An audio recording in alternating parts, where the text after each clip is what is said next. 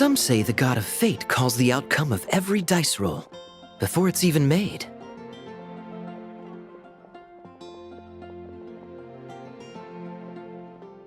And that's why the secret to winning a lot of games is having that god on your side. Your luck is amazing, Kaya. Your turn. Give it another shot. Fear not, O Crimson Dragonborn, for I, the Princess of Ertalang, have bestowed upon you the benediction of the midnight hour, and with it you shall surely smite this usurper. Mein Fräulein means to say she's rooting for you in secret. Oh, and that you must, at all cost, defeat the one who snatched her limited edition card back.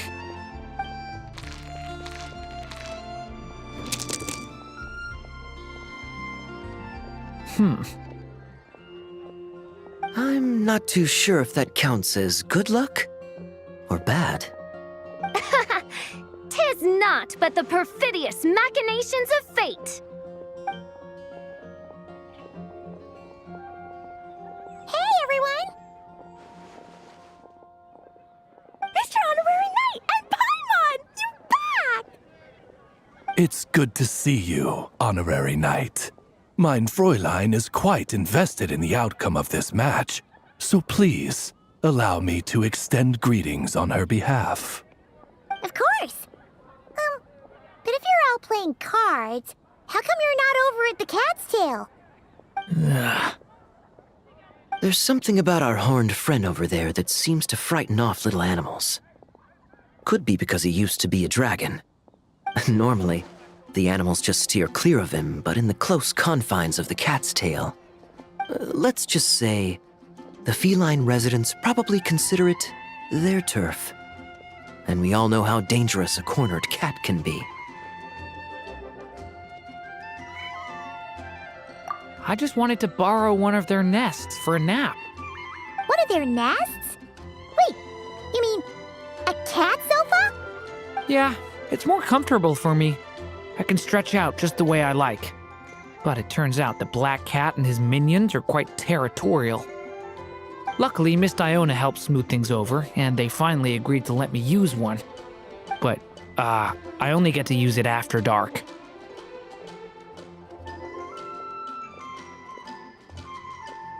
Oh, Diona stepped in! You know, underneath it all, she really does like helping people. The more likely reason is because Durin won't touch a drop of alcohol. As far as Diona's concerned, that pretty much makes them two peas in a pod. It's a shame, really, considering everything Mondstadt has to offer in that regard. Mondstadt's alcoholic drinks are a bit too much for me to handle right now. But maybe someday. There's no need to force it.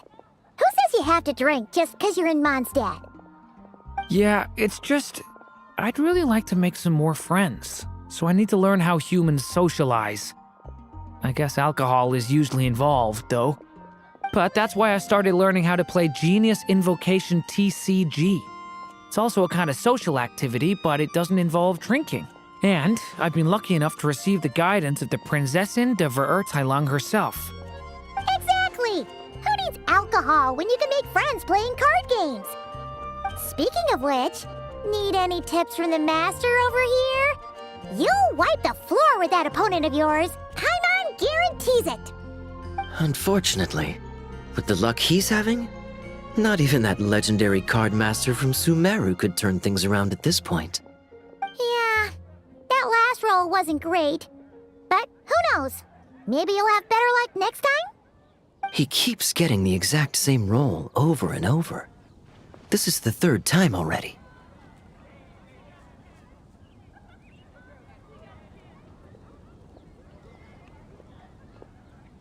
If there really is a god of fate, they could have cut this kid a bit of slack. Like, I don't know, make it possible for him to roll at least one other side of the dice? I think I've lost. Must even a dragonborn, sanctified by the power of benediction, succumb to fate's insidious snares? Don't be sad, Durin. You'll definitely win the next round. You can even borrow Dodoko if you want. Mom says she brings good luck. Thanks, Klee, but there's something more important I need to take care of now. Oh, okay.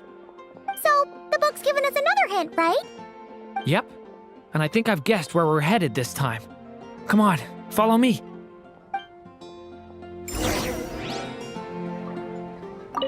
Not every day you're back in Mondstadt, huh? Care to grab a drink if you're free?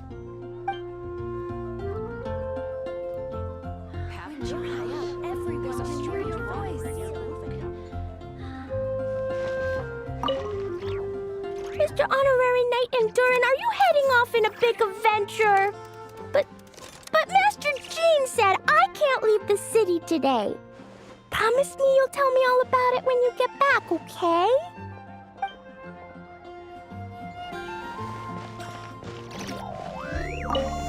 So be it. Such are fate's accursed wiles.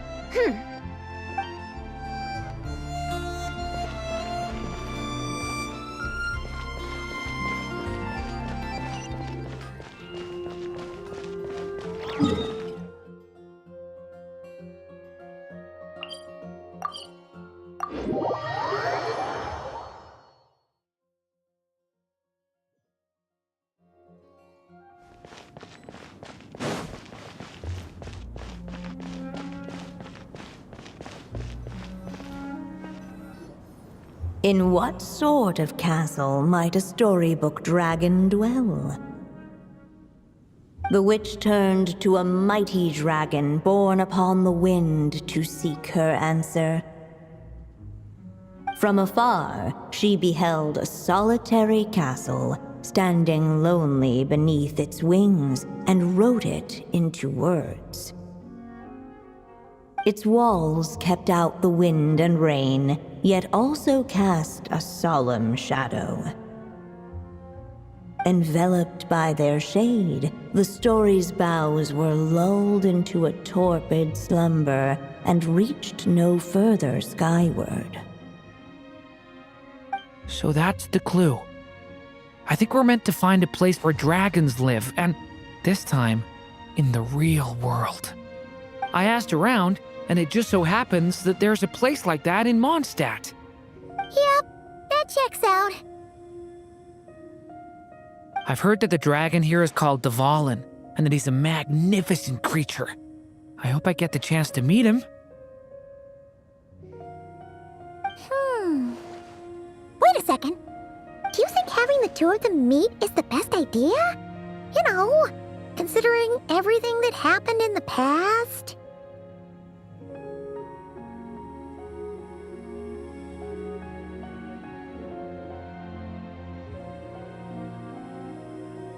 How would we even explain everything to him? Well, if we do run into Dvalin, it should turn out okay with us there at least. Is something wrong? Nope. Let's go!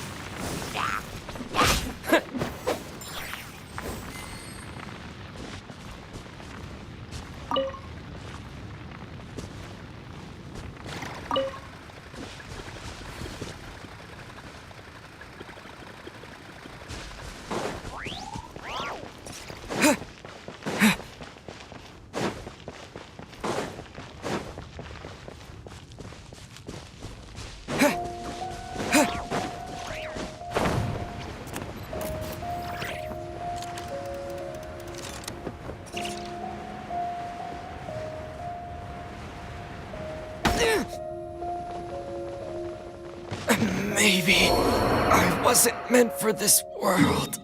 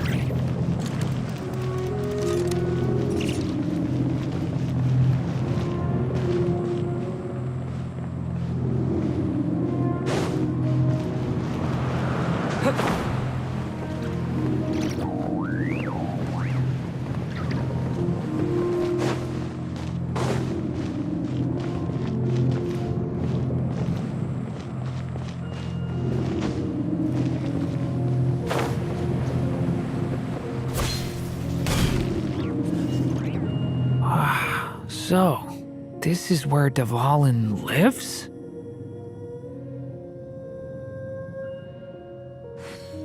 Yeah, right into the middle of a raging storm. If you're afraid of getting blown away, Paimon, you can always hang on to my sleeve. This isn't Paimon's first rodeo. Come on, let's get going.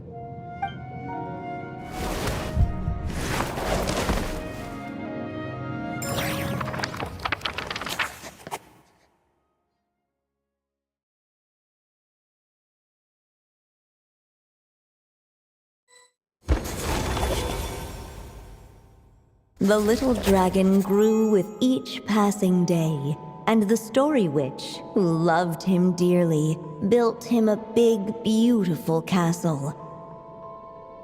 Yet in the end, she herself succumbed to time's merciless march, setting forth on a journey to a place beyond even the stars. All of a sudden, the little dragon found himself alone. He tried leaving the castle to make some new friends. But already he had grown the claws and scales of an evil dragon, just as the prophecy had foretold. Afraid he might hurt someone, the gentle little dragon hid within the castle his mother had built, and came forth no more.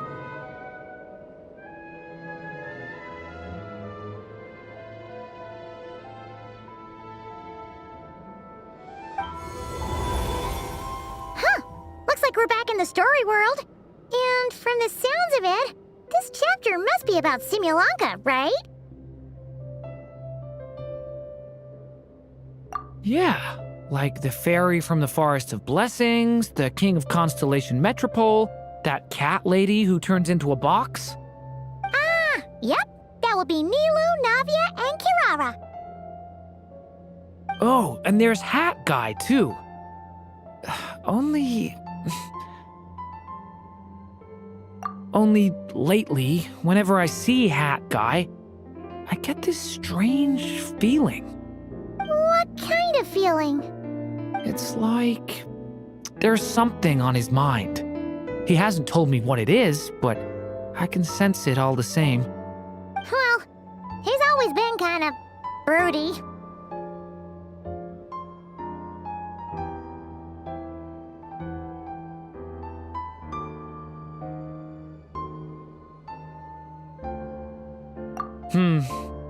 I guess I should focus on fulfilling my mother's final wish for now, though. Yeah, we should get started on this chapter. So, let's track you down and free you from fate's curse once again. That day, a small band of adventurers suddenly arrived beneath the castle walls. They promised to help the little dragon cast off the curse of fate. Yet as they stood beneath the castle walls, it appeared they had no idea how to even begin. Hey! Instead of making fun of us, how about giving us a hint? The little dragon had shut himself inside the tall tower at the castle's center. Anyone who wished to reach him must traverse the barriers that wall off his heart, for there is no other way. Looks like we're in for another long one. Let me try something. Ooh, do you have an idea? If that little dragon in the tower used to be me, then surely I'd know how he shuts people out better than anyone. Come on, follow me.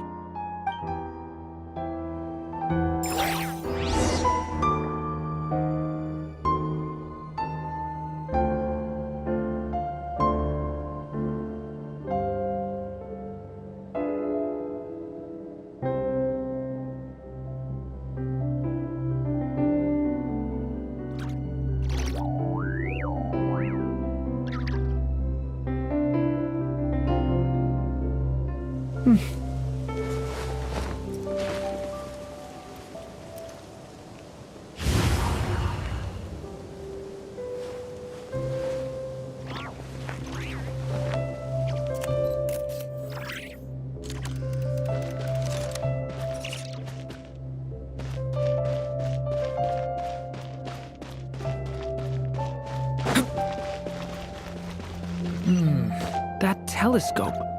I've seen magical tools like that before. It should come in handy.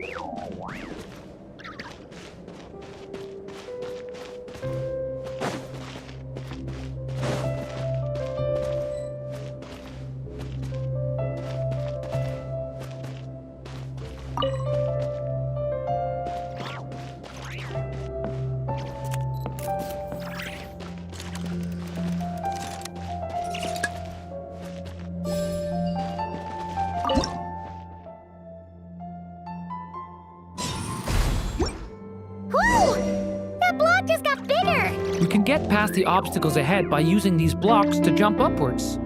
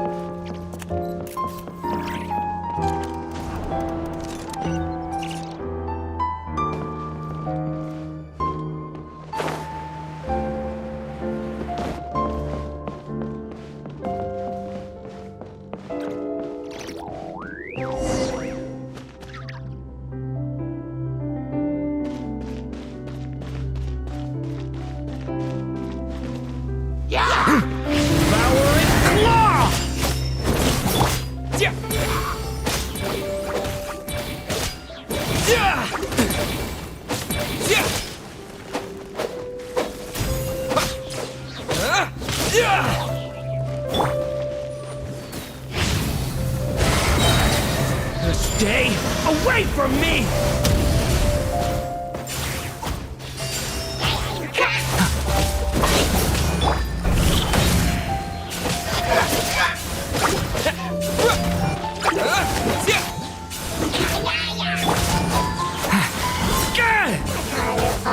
Watch out! The turning point in space! like a maze. How are we supposed to get through? We'll just have to check each spot.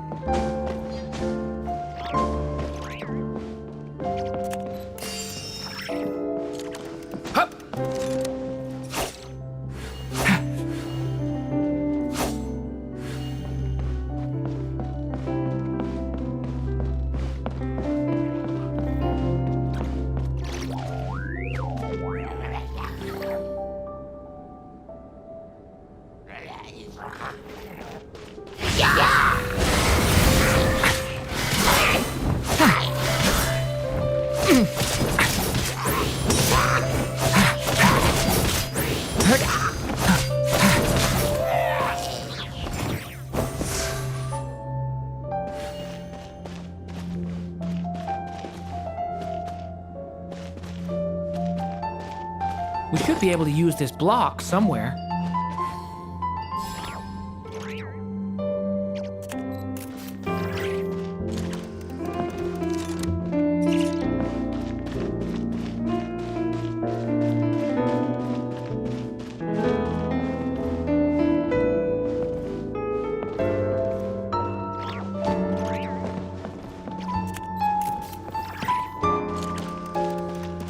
Looks like this telescope is missing some blocks. Oh.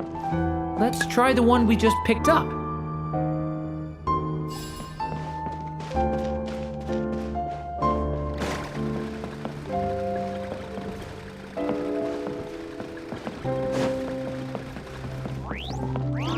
Look! Seems like someone's stuck down there. Should they continue towards the tower or plunge into the shadows to rescue those in need? A difficult dilemma indeed. The path to the tower is up ahead. We better stick with Durin.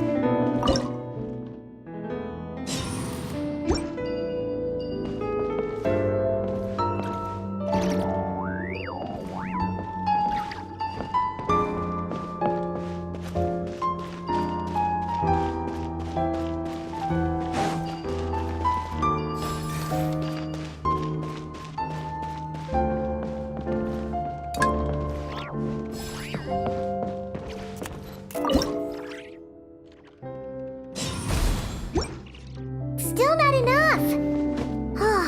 Guess we'll have to keep searching.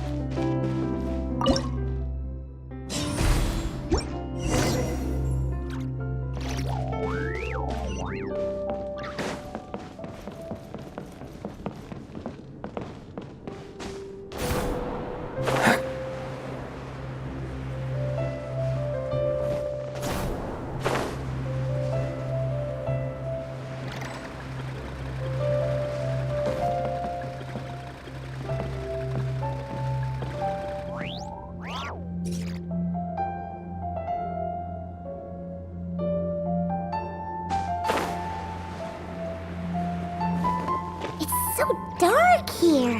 Hey, there's a fire over there. Let's go check it out. Wait, is that? A little pixie that can fly. Are you here to help the dragon break his curse too? Oh, what's this? More brave adventurers bold enough to set foot in this castle? Come, join the ranks of your liege's guard. Nilu and Navia! Nilu? No. I'm a flying squirrel fairy. And I'm a Giraffe King, not this Navia you speak of.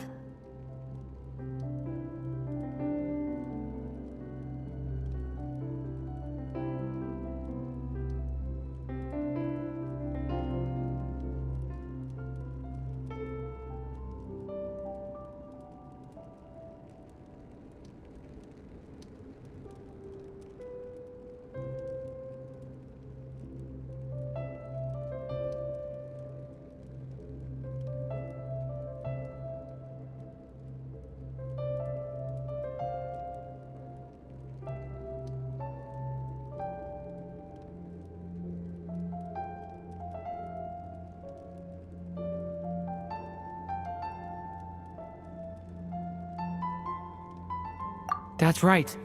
Oh, and don't forget Catbox Lady. Are you friend or foe? Friend! Definitely friend, Miss, Catbox Lady? Yeah, Simulalanka is a big part of Durin's story. So, guess it's no surprise the people we were with there would make an appearance. Okay, I think I get it now. Flying Squirrel Fairy, Giraffe King, Catbox Lady, please follow me. The shadows cast from the high walls of the tower were manifestations of the dragon's loneliness, barring the path of any visitor who wished to be his friend.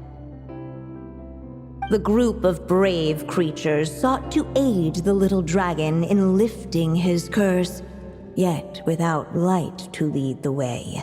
The group was trapped, waiting on a miracle. These shadows are blocking our path. It seems like the little dragon is afraid to meet us. If only we had more firelight. But you three don't seem to fear these shadows. Why? Because I carry more than enough firelight for all of us.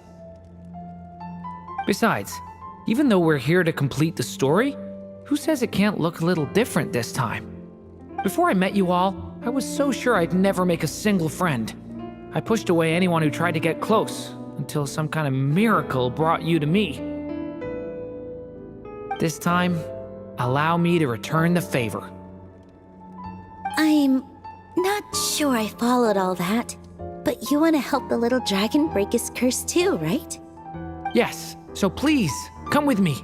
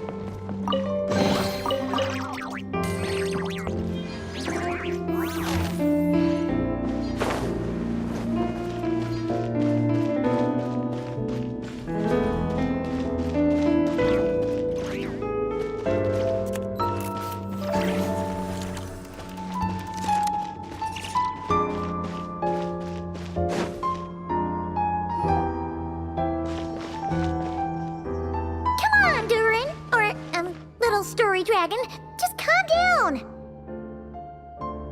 Stay back! I don't want to hurt you. Loneliness and fear had built a cage around his heart, shutting out all who would look upon him. And thus, all the adventurers could see was his shadow. Don't worry, we can help you. Don't come any closer. And that was the last the little dragon spoke. persuade him if he won't even talk to us? If you can still hear me, please listen to what I have to say. Your claws and scales aren't some kind of inescapable curse, you know? You'll overcome it one day and make lots of new friends. I'm sure you think I'm lying. After all, no matter how many times you've tried to break it, nothing's ever worked. But this time is different. I brought your friends here to see you. Oh, what did you say? Hi, little dragon. I'm the Flying Squirrel Fairy, and I'm here to help you lift your curse. Will you talk to me? And I'm the Giraffe King. Don't be afraid, little one. We're not afraid of you. I'm just a cat in a box, but I'd very much like to be your friend too. These are my friends? Yeah, they're your friends in the future you've been trying to avoid. I can promise you that. They're reaching out, so you just have to ask yourself one question. Do you accept? After a long silence, heavy footsteps echoed from the tower's shadows, but still, the one who made them refused to step forward. Though the cage to his heart had been unlocked, the little dragon remained ashamed of his claws and scales. How can I face my friends like this? Don't worry, little dragon. We're gonna offer up our blessings and make a wish to the goddess of fate to release you from your curse. Yeah, just like last time. Make a wish? To the goddess of fate? At that moment, the merry witch made her entrance. Hello, little one. But don't be afraid. With the blessings of your friends, your wish shall be granted. Alice? Wait, you're the Merry Witch from the story? Correct. It is I, the Merry Witch, creator goddess of this realm. And it just so happens the goddess of fate is none other than my dear friend, the Story Witch. I'm here to make good on my promise to lend her my second strongest spell. With this spell, she'll have the power to create an entire world. So naturally, granting your wish won't be a problem. Provided, of course, you receive your friend's blessings. But before we proceed, I must check something on her behalf. Little dragon, do you accept this blessing? I want to be your friend. So if you're offering, then yes, I would love to have your blessings. Were it not for the adventurer's blessings, this tale might have ended long ago. Thanks to them, another ending was now possible. Yet in that moment, they did not know if this blessing was truly a gift or just another trial in disguise. What? You didn't say a word when we actually needed a clue, but now at a critical moment like this, you turn up and start playing mind games? Another trial. Ha, that actually sounds about right. Be it the fictional problems of Simulanka or unavoidable conflicts in the real world, if you think about it, that's what they've been all along. But if it wasn't for those trials, I never would have met any of you. So, despite all that, I'd still like to give my blessings. That's the spirit! Come on, Durin! Let's help you make your wish come true again! On behalf of both my past and present selves, thank you, my friends. Fortunately, a brave band of adventurers heard tell of the little dragon's story. Determined to lift his curse, they fought their way through countless trials. To help him, they offered up their blessings and made a wish to the goddess of fate. At last, their wish was granted. Shaking off his scales, the little dragon stepped out of the tower's gloom. But his time in the world beyond the castle would soon teach him this gift would bring blessings and trials of its own.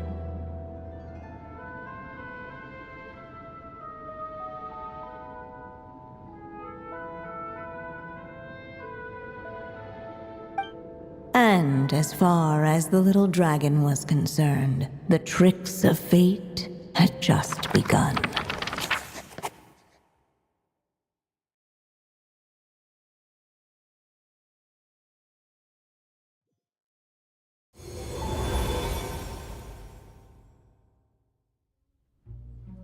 So, Durin's wish came true just like it did before. If this story was written by my mother, then surely that was the last chapter we just completed. Oh yeah! So, in other words, we finished it! Looks like that's a wrap on Alice's task, and there's even some ink to spare.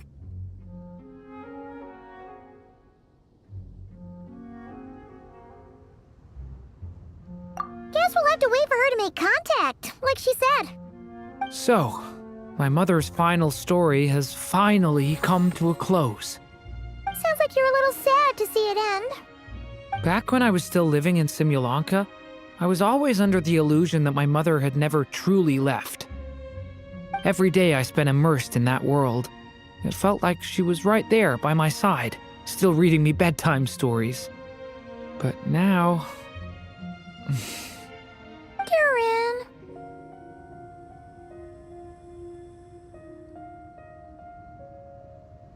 That's right!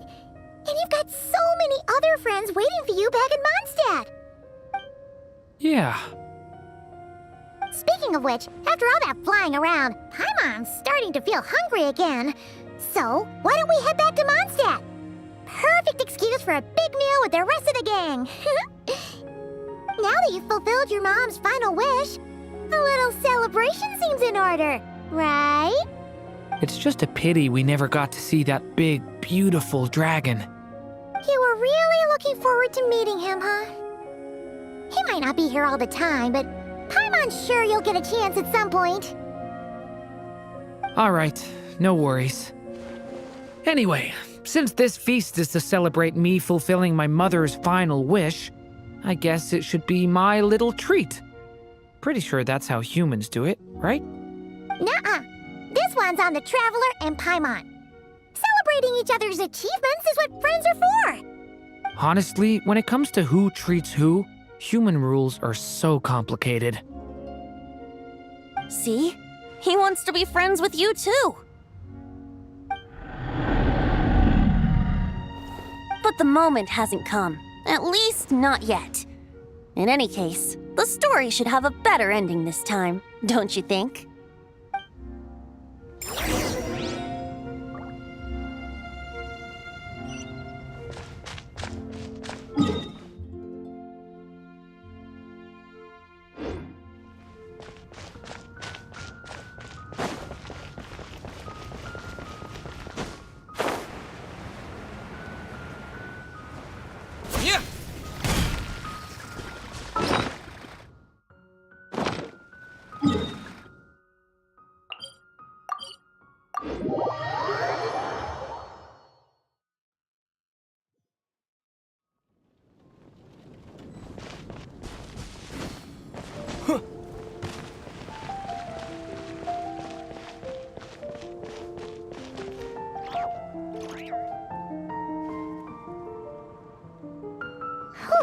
Feels like we were gone for ages.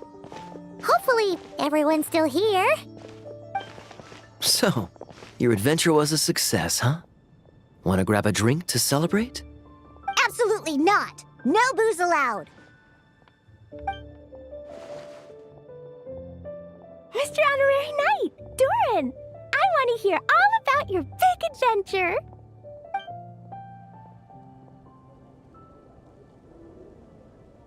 We're gonna order a big meal for everybody first. We'll talk while we eat. Yippee! Excuse me. Did I hear you call him Durin just now? But wasn't Durin the evil dragon that fell on Dragonspine? Come on, miss! This Durin isn't that evil dragon from Dragon's Mine. Albedo said... well, it was kinda confusing. But anyway, it's super cool. Oh, is this your first time meeting him, Marjorie? No wonder you're getting him confused. Still, even if you hadn't met him yet, shouldn't you have heard about him at the very least? At this point, pretty much the whole city has.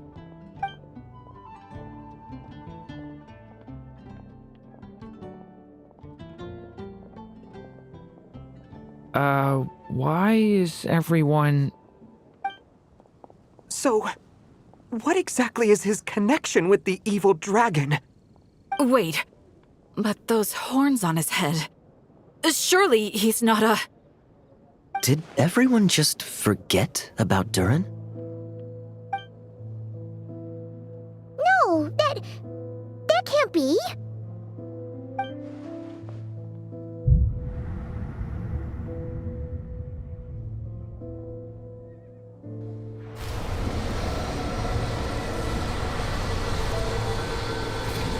The tricks of fate had just begun.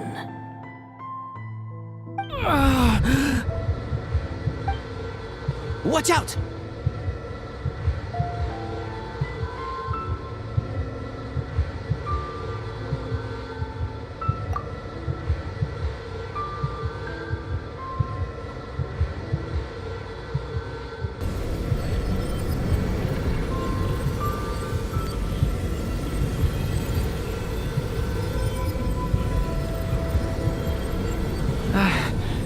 No one got hurt. Did they?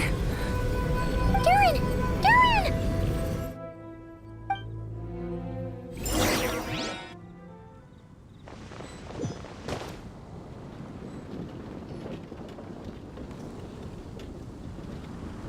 I just had Barbara check him over. He's not badly hurt, but he seems to have burned through a lot of energy fending off some kind of dangerous power. He'll need some time to rest before he wakes up. So, can someone explain what's going on here?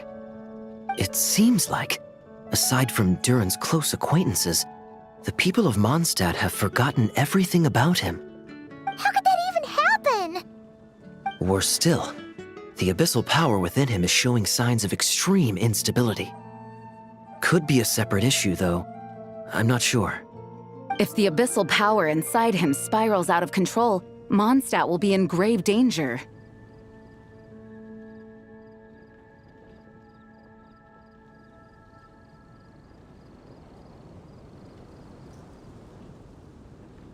I completely agree. All right then. As acting Grand Master, I'll send a letter requesting Albedo's immediate return. Until then, the Knights will watch over Durin. That's pretty much all we can do right now. Also, allow me to look after this book for now. If you need to consult it, just drop by my office. Do you think the book might have something to do with what's happening?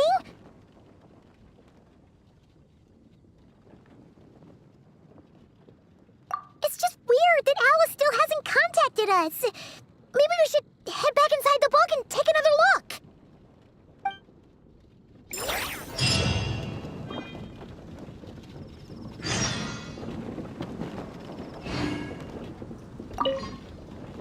No need to worry. He's stable for now.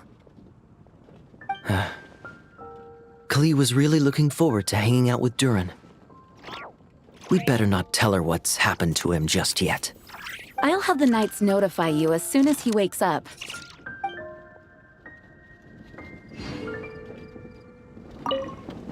No need to worry. He's stable for now.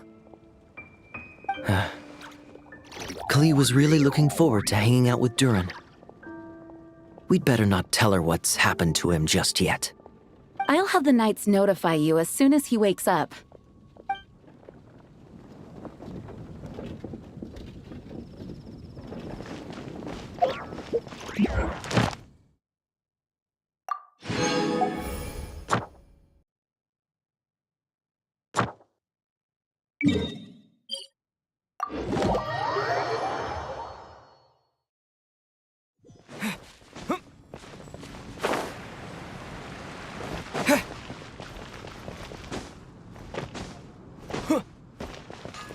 Ad Astra Abyssa. Thank you for completing.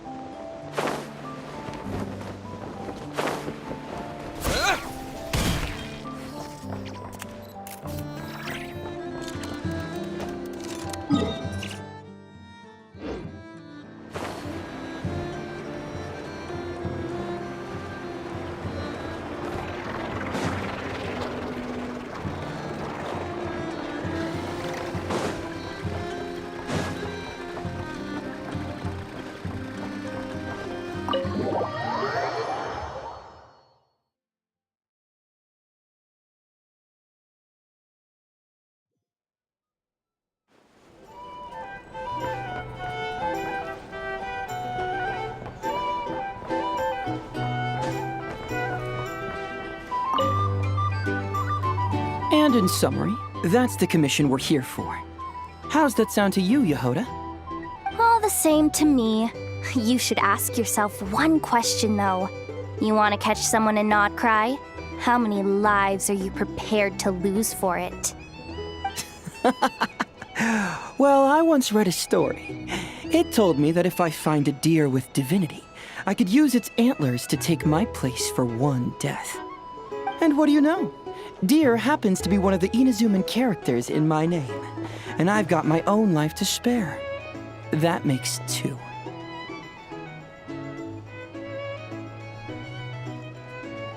Oh, Traveler, what a coincidence. What are you doing in Nodcry? Another stop on your journey, perhaps?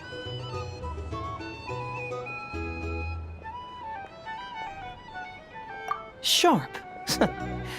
I'm here in pursuit of a fugitive who fled Inazuma. He's racked up a real rap sheet, and he's always trying to flee further and further abroad. A few months ago, we received intel that he was hiding out in Nodcry and had joined a band of bandits. He soon returned to his usual MO, that is to say, robbing homes and raiding caravans. I think they called themselves the Seahook Gang or something.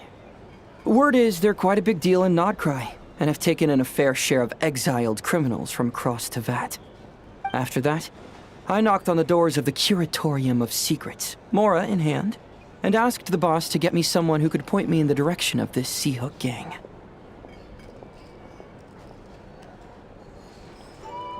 That's right. Judging by your expression, I'm guessing you're acquainted.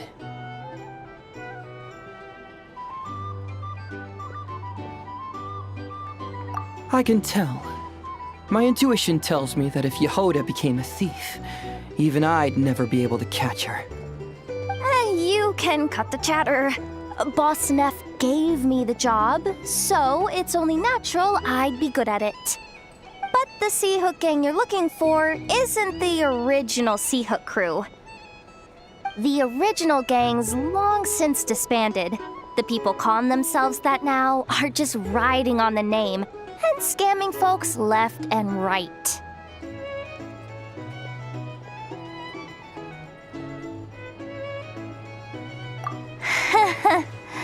Yeah, I guess I do, huh?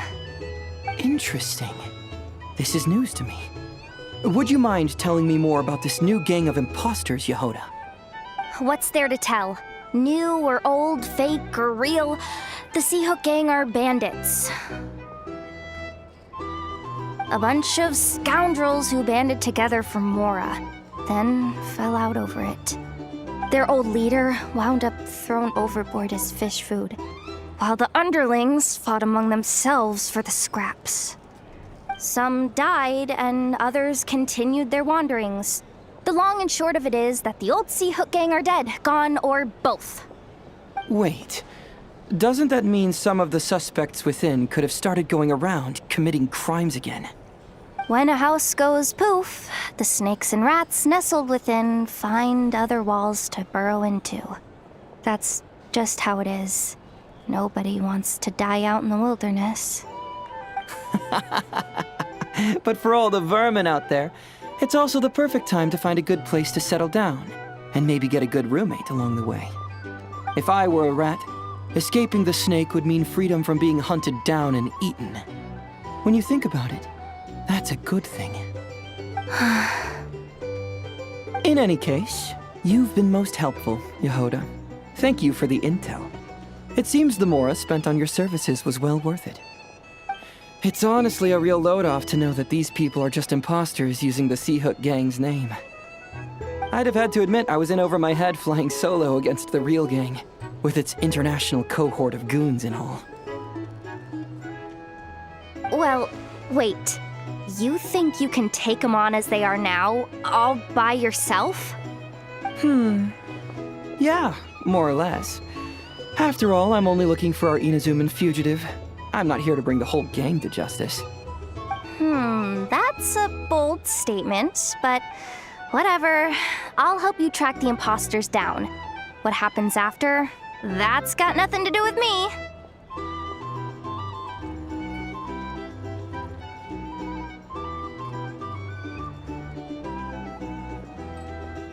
Your kindness is appreciated, but this time I'd rather this be a solo outing.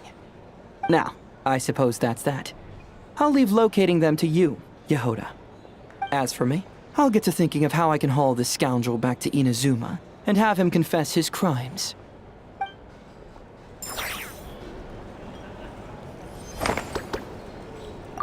Something that'd get even the toughest gangster to spill his secrets most eagerly. Okay. You're weirding me out.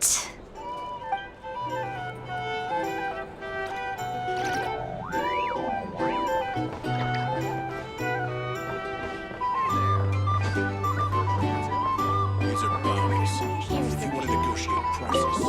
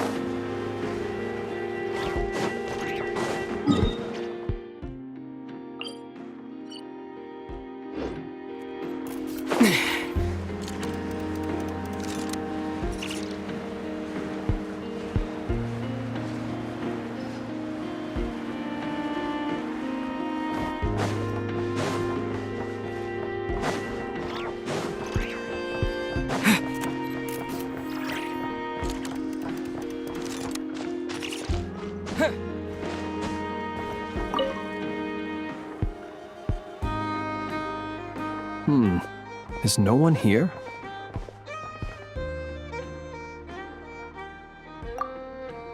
Well, hello. This is certainly a most joyful encounter. Seeing you lifts my spirits after a somewhat disheartening trip. I wouldn't say anything's the matter, merely that I am dealing with some unexpected circumstances. I recently learned of a collector in Nasha Town who, due to financial concerns, has been obliged to offer a pair of ancient coins for sale. I'm told she's a little eccentric and doesn't reply to letters, so I came out here myself to see if I could arrange a deal. I needed to come to town anyway to pick up some supplies, so I thought I'd pay her a visit on the way. Unfortunately, she doesn't appear to be home. More's the pity.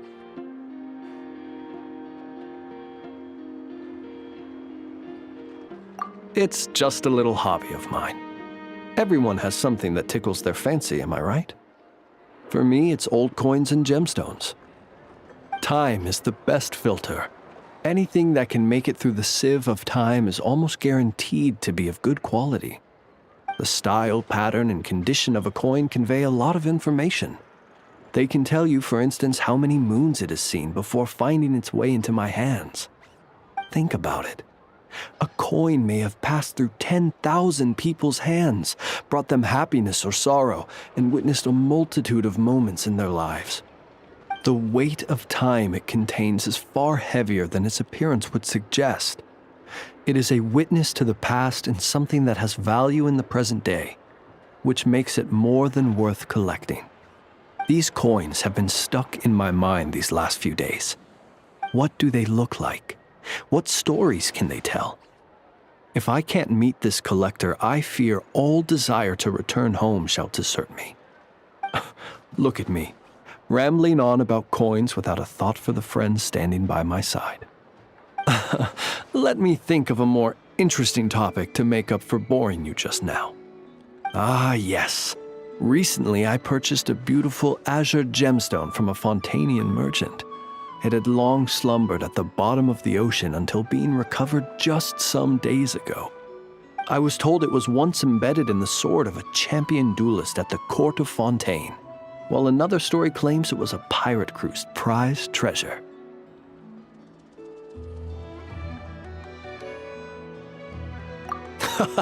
That's exactly what I thought. Whenever a merchant starts waxing lyrical and weaving tales, it's usually a sign that they don't have faith in their wares. Fortunately, I'm very good at appraising a gemstone's true worth, even if its owner hasn't the faintest idea what they're holding. Please, allow me to invite you to my residence once more. I have a feeling you'll appreciate the gem itself, and you may well find my valuation of it quite interesting too.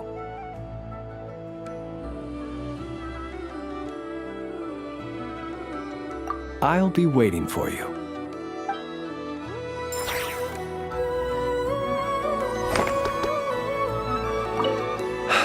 This collector must be a busy person indeed.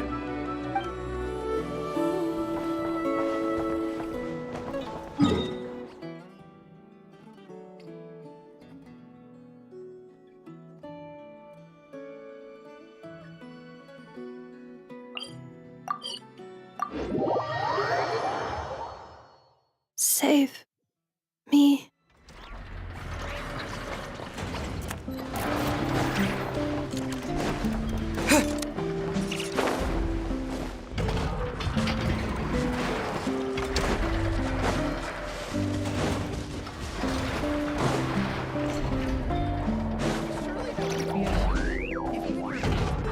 Save me.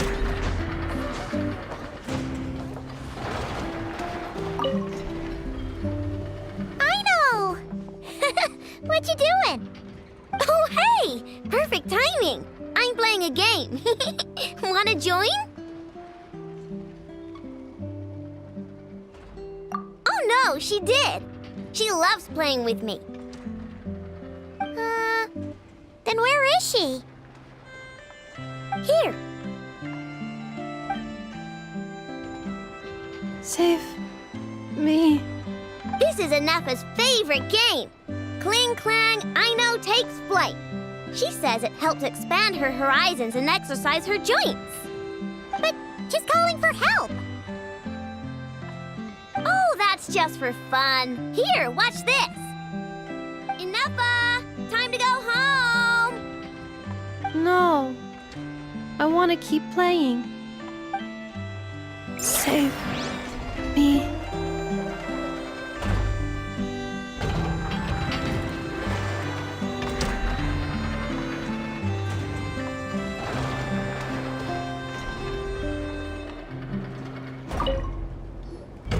I know. What you doing? Oh, hey, perfect timing. I'm playing a game. Oh no, she did. Here. Save me. This is Enougha's favorite, but she's calling for help. Oh, that's just for fun. Enougha! Time to go home! No. I want to keep playing. Save me.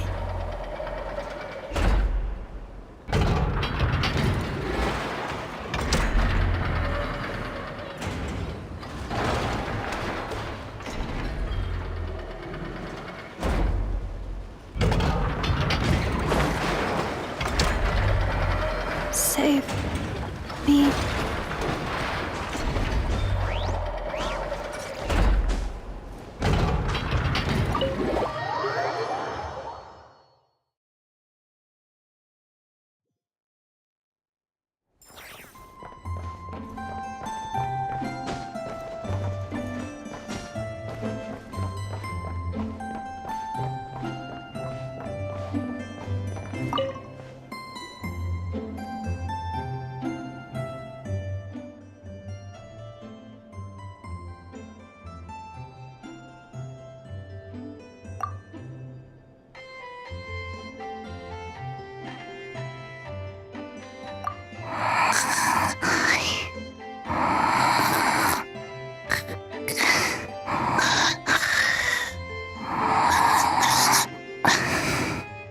Why is Yehoda here?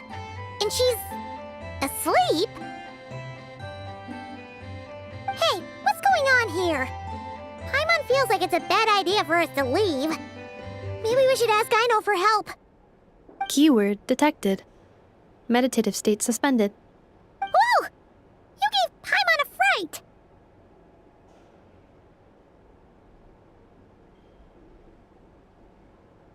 No. However, it was Yehoda's request. She asked me for a detailed analysis of the steps required to meditate and to mentor her as she practiced relieving her stress. Yehoda's so stressed that she's gotta meditate to cope with it all?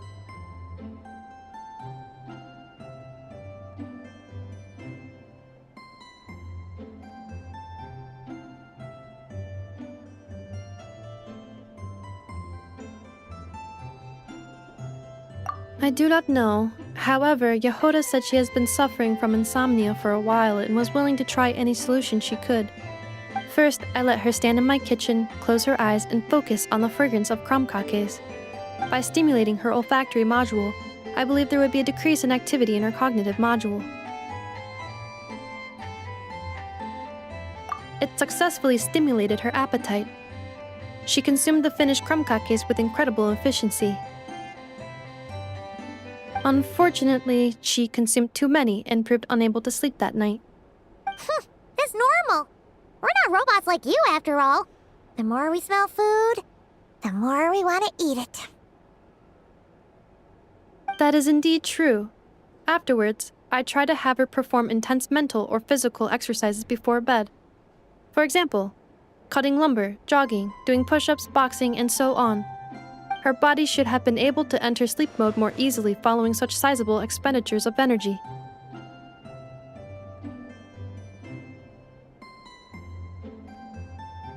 It did not.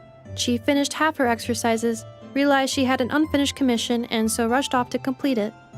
After she returned, she crouched down in a corner, hugging her knees and said, I was so tired from all that training. My legs gave out while guiding my clients through the ruins.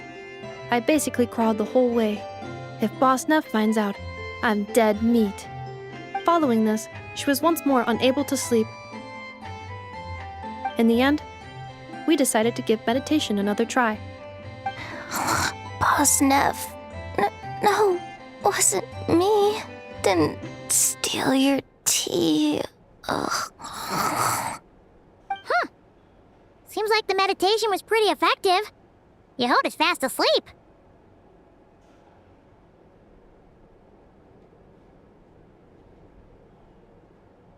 I do not think Yehoda's sleep is related to her meditation. First of all, the meditation steps I analyzed are not suitable for her. The goal of meditation is to enter a deep state of tranquility, which can be used to enhance self-awareness. For an ordinary person, this deep state is close to dozing. For me, this would be closer to a low-power standby mode, where one cuts power to certain components. That said, were we to shut down some of Yehoda's components, I believe it would pose a threat to her personal safety. So, meditation wasn't supposed to work, but Yehoda fell asleep anyway? Could she have been so tired that she just passed out? In truth, I do not understand either. All I can do is tell you what happened before.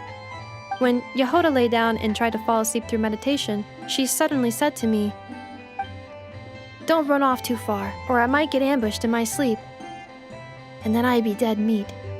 I answered her, "Very well, I will remain here by your side."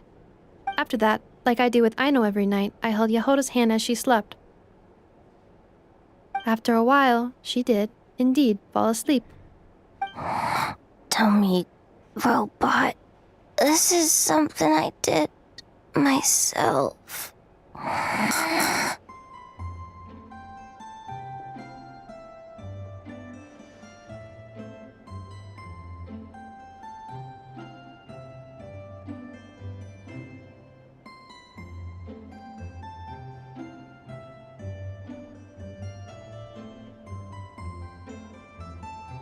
Yes. And if either of you need help sleeping, please consult me at any time.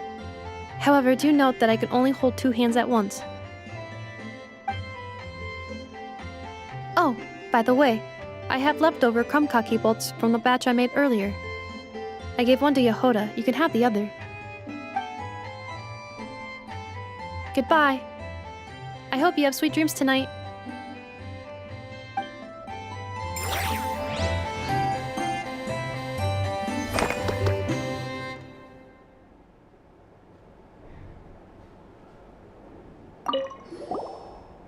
Do you need any assistance sleeping?